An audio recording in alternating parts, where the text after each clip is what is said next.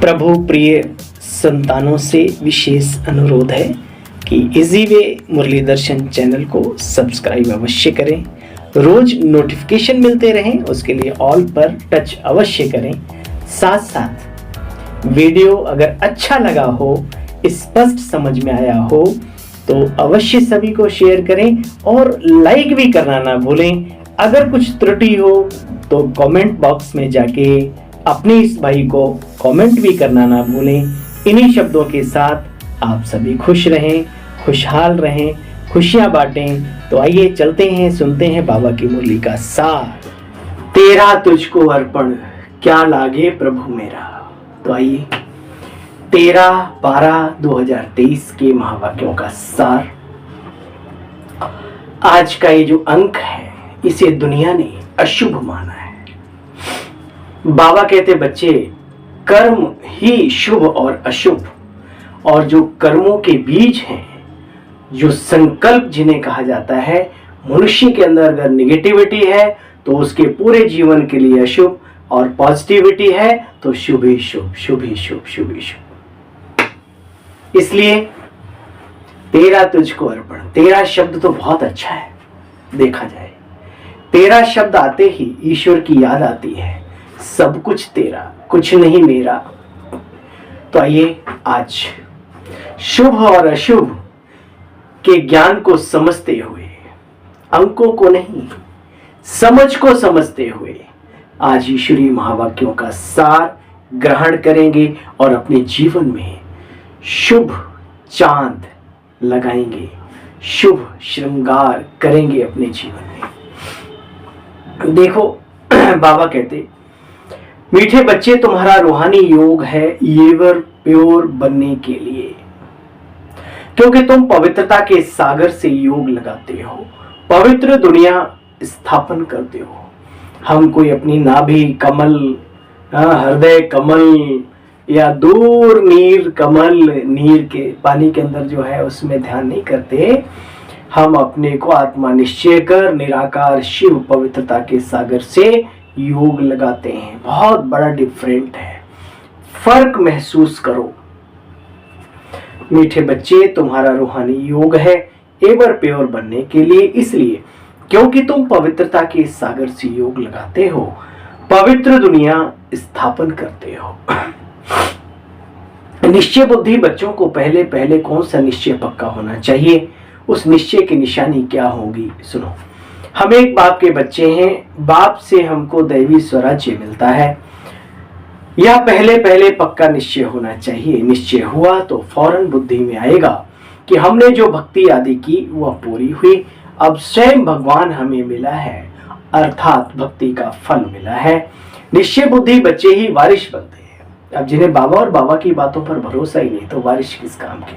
वारिश माना वो सतयुगी सतो प्रधान दुनिया की वारिश, राजा के बाद जो राजकुमार होगा वो वारिश क्वालिटी का होगा, और अभी बाबा की सुख शांति प्रेम आनंद का जो सूक्ष्म वर्षा है उसके वारिश शिव बाबा के। ओ दूर के मुसाफिर हमको भी साथ ले ले, ये थोड़ा रोने वाला गीत है लेकिन गीत बड़ा प्यारा है। दूर का मुसाफिर कौन? बाबा। ओम शांति। बाप बैठ बच्चों को समझाते हैं, दूर के मुसाफिर तो सभी हैं, हम सब दूर देश से आए हैं, इस जहां में फिर जाएंगे दूर देश। सब आत्माएं दूर देश परम धाम की रहने वाली हैं। यह भी शास्त्रों में है बच्चे, आत्मा दूर रहती है, सूर्य चांद की रोशनी वहां नहीं पहुंचती। मूल बतन और सूक्ष्म बतन में कोई ड्रामा नहीं होता बच्चे, ड्रामा होता है स्थूल बतन का। इन बातों को तुम बच्चे जानते हो, कैसे 5 प्रकृति के तत्वों का पुतला ये शरीर बनता है, फिर उसमें आत्मा प्रवेश करके कैसे पाठ बजाती है। वो दूर की वासी तो सभी हैं, तुम यहाँ निश्चय करते हो। मनुष्यों में इन बातों का ज्ञान भल थोड़ा बहुत हो, परंतु निश्चय बुद्धि बन करके चले ऐसा नहीं होता। यहाँ तुम जानते हो हम सब एक बाप के बच्चे हैं। बच्चों को समझाया गया है क्या? सब तो फादर है नहीं, फादर तो एक है, बाकी सब आपस में ब्रदर्स हैं। हिंदू, मुस्लिम, सिख, ईसाई, बौद्धि, चीनी, सब मिलकर भाई भाई, तो बाप तो एक होगा। वो एक का परिचय नहीं है, इसलिए सब पूछो मत क्या हो गया। बाप को न जानने के कारण ही आपस में निधन बनकर लड़ते झगड़ते रहते हैं। बाबा कहते तुम एक पिता की संतान हो, इस बात में भी निश्चय बुद्धि नंबरवार पुरुषार्थ अनुसार है। ना जानने के कारण देखो बच्चे लड़ते झगड़ते हैं। लौकिक संबंध में भी निश्चय रहता है ना कि हमें बाप से वर्षा पाना है। यहां भी बाप से माया घड़ी घड़ी मुंह घुमा देती है। सर्वशक्तिमान बाप के बनते हो तो माया भी सर्वशक्तिमान होकर बच्चों से युद्ध करती है। 5 विकारों पर जीत पाने की युद्ध यहाँ चलती है। युद्ध भी बड़ी मशहूर है बच्चे, सो तुम जानते हो। अभी योग सीखते हो, वहां जो योग प्राणायाम आदि क्रियाएं आदि सीखते हैं, कोई पवित्र बनने के लिए नहीं सीखते। इस योग से बच्चे तुम्हारे जन्म जन्मांतर के पाप भस्म होते हैं। हे अर्जुना, राजयोगा विकर्मो दग्धा जैसे सूर्य की तरंगें सूक्ष्म प्रिज्म पर पड़ती हैं तो अनेक रूप धारण कर लेती हैं।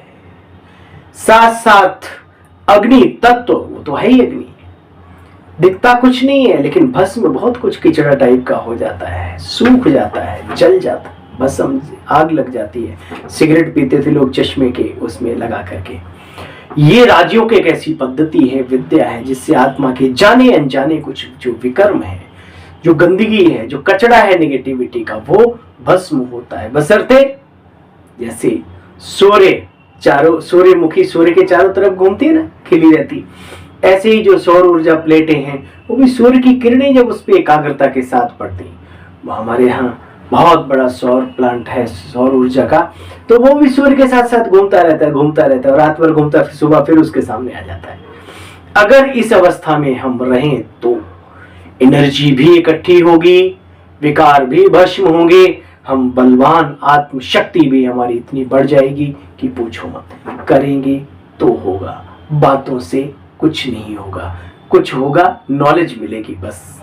ये भी औरों से अच्छी है, लेकिन फिर भी खाली नॉलेज लेके बैठे रहे उससे कोई फायदा नहीं। तलवार है, खुश हो रहे, धार है नहीं उसमें, चलाना आता नहीं है, प्रयोग नहीं कर सकते, तो फिर क्या फायदा। अभी तुम बच्चे निश्चय बुद्धि बने हो, जानते तो हो एक बाप के हम सभी बच्चे हैं। पहले तो ये पक्का निश्चय चाहिए बच्चे कि बाप से हमें स्वराज्य मिलता है। कौन सा स्वराज्य? माना स्वयं पर राज्य करने की कला, पावर, शक्ति, माया को अधीन करने की ताकत, इंद्रिय जीत। देखो बच्चे, बाकी तो सब प्रजा में जाते हैं, तुम राजाओं के राजा बनते हो। राजाओं का राजा बनने का पुरुषार्थ करना होता है बच्चे। निश्चय हो जाए कि हमने भक्ति की भगवान से मिलने के लिए अभी बाप आकर के मिला है बच्चे, फिर भी श्रीमत पर नहीं चलते। जिनको निश्चय होता है वो कहते हैं बाबा आप आए हो तो हम आपका हाथ कभी नहीं छोड़ेंगे। बाप बच्चों को समझाते, बच्चे फिर दूसरों को समझाते रहते हैं। बाप ने बच्चों के लिए घोंसला बनाया है, जैसे चिड़िया बच्चों के लिए घोंसला बनाती है, तो बाप भी तुम्हारे द्वारा तुम्हारे लिए ही घोंसला बनवाते हैं। तुम्हारे ही रहने के लिए स्वर्ग का घोंसला आखेरा बन रहा है। बाप कहते तुम मेरी मत पर चलेंगे तो स्वर्ग में राज्य प्राप्त करेंगे। अगर पूरा निश्चय हो, एकदम बाप की बात को पकड़ लेवे। ऐसे नहीं कि यहां बैठ जाना है, नहीं बच्चे, तुम्हें तो सर्विस कर बाप का रोशन नाम करना है, घर जन जन को परिचय देना है बाबा का। देखो बच्चा बना, बाप डायरेक्शन देंगे तो उनकी श्रीमत पर चलना पड़े। पहले सिर्फ 1 हफ्ता भट्टी में बैठो, फिर तुमको रोज रेगुलर क्लास जो आती है वो मिलती रहेगी। बच्चा बना, बाप के डायरेक्शन पर चला, ना चला तो बच्चा किस काम का। हर एक अपने पुरुषार्थ और तकदीर अनुसार ही पद पाते हैं। बच्चे तकदीर के ऊपर पुरुषार्थ और तकदीर के ऊपर सब कुछ होता है। पता लग जाता है कि इसकी तकदीर में क्या है, क्योंकि उसके पुरुषार्थ से पता लग जाता है। हो नहार बिरबान के होत चीकने बात, है ना। अच्छा बच्चे, बाप का बनकर गृहस्थ में भी रहना है। क्यों भाई, उन बालक बच्चों को कौन पालेगा। मोटी मोटी बात करता हूं, बच्चे दूसरे के घर में जाएंगे क्या। बीवी दूसरे के दरवाजे पे जाके बैठे कि मेरे पति चले गए ओम शांति में, अब हमें खाना खिलाओ। इतनी समझ रखो, गृहस्थ व्यवहार में रहते नियम संयम पर चलो। जितना चल सकते हो उतना चलो, ना चलने से तो बेहतर है कुछ तो चलो, लेकिन अपनी जिम्मेदारियों को छोड़ देना, जैसे जंगे मैदान से भाग आना, वो समझदारी नहीं है। बाबा की शक्ति लेकर के वहां पर ही विजयी बनकर के दिखाओ, ये है महारथ। बाबा कहते बच्चे, अच्छा अगर गृहस्थ व्यवहार नहीं है तो जाकर के अंधों की लाठी बनो। किनको कहा बाबा ने। अगर परिवार नहीं है, मतलब आप फ्री हो, आगे नाथ न पीछे है ना, वो पगहा बोलते हैं, तो नहीं है, फ्री हो, मस्त हो, खुशहाल हो, बाबा मिल गया फ्री लाइफ में, तो क्यों ना फिर अंधों की लाठी बने। जिनको ज्ञान नहीं है उनको जाके हम सहारा दें ईश्वरीय ज्ञान का। देखो बच्चे, अंधों की लाठी बनो, सत्य नारायण की कथा सुनाने जरूर जरूर जाना चाहिए। सत्य पिता क्या ज्ञान सुनाते हैं नर से नारायण बनने के लिए, वो कथा जरूर सुनानी है। सतो प्रधान सतु ये दुनिया में कैसे थे, जन्म लेते लेते लेते लेते नर बन गए, नर फिर कैसे नारायण बने। अब देखो, प्रेम बच्ची सेवा पर गई है, उन्होंने निमंत्रण दिया, उन्होंने आजयान की, बहुतों से मुलाकात कराई, प्रभावित हुए, परंतु बाबा कहे मीठे बच्चे, निश्चय बुद्धि तो एक भी नहीं है कि इन्हों को कोई बेहद का बाप पढ़ाता है। हाँ, भावना होती है, हमारी बहनों को देख के, ईश्वरी कार्य को देख के प्रभावित होना अलग बात है, लेकिन ये निश्चय होना कि ईश्वरी कार्य है, ये है सबसे बड़ी बात। प्रेम दीदी हमारी हरिद्वार के अंदर बहुत संत समाज की और बहुत भक्ति वेदांत और ये सब पढ़ने वाले जो हैं वहां पर चलता है, तो उनकी सबकी खूब सेवा करते थे हमारी दीदी। अच्छा बच्चे, बाप तो समझाते रहते हैं बच्चे, गफलत नहीं करो। तुम गफलत करते हो, श्रीमत पर नहीं चलते हो, ऐसे चलते चलते फिर गफलत में आदत पड़ जाएगी। अच्छाइयों की आदत पड़ती है तो थोड़ी थोड़ी बुराइयां करते रहो तो बुराई रसातल में चले जाओगे। इसलिए जिस गली में बाबा तेरा घर न हो, उस गली से हमें गुजरना मना है। जिस है कहते ना, जिस गीत में राम का नाम न हो उस गीत को गाना ना चाहिए, है ना।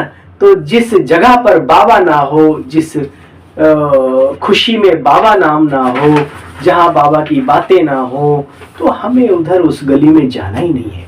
बाबा बाबा और बाबा, दूसरा कोई नहीं। देखो बच्चे, बाबा तो बता देंगे, तुम चल नहीं सकते, इसका मतलब तुम्हारी तकदीर शायद ऐसी है। समझा जाता है अभी दशा खराब बैठी हुई है, दशाएं भी बदलती हैं। दिशा बदल गई कर्मों की तो जिंदगी की दशा ही उलट हो जाती है।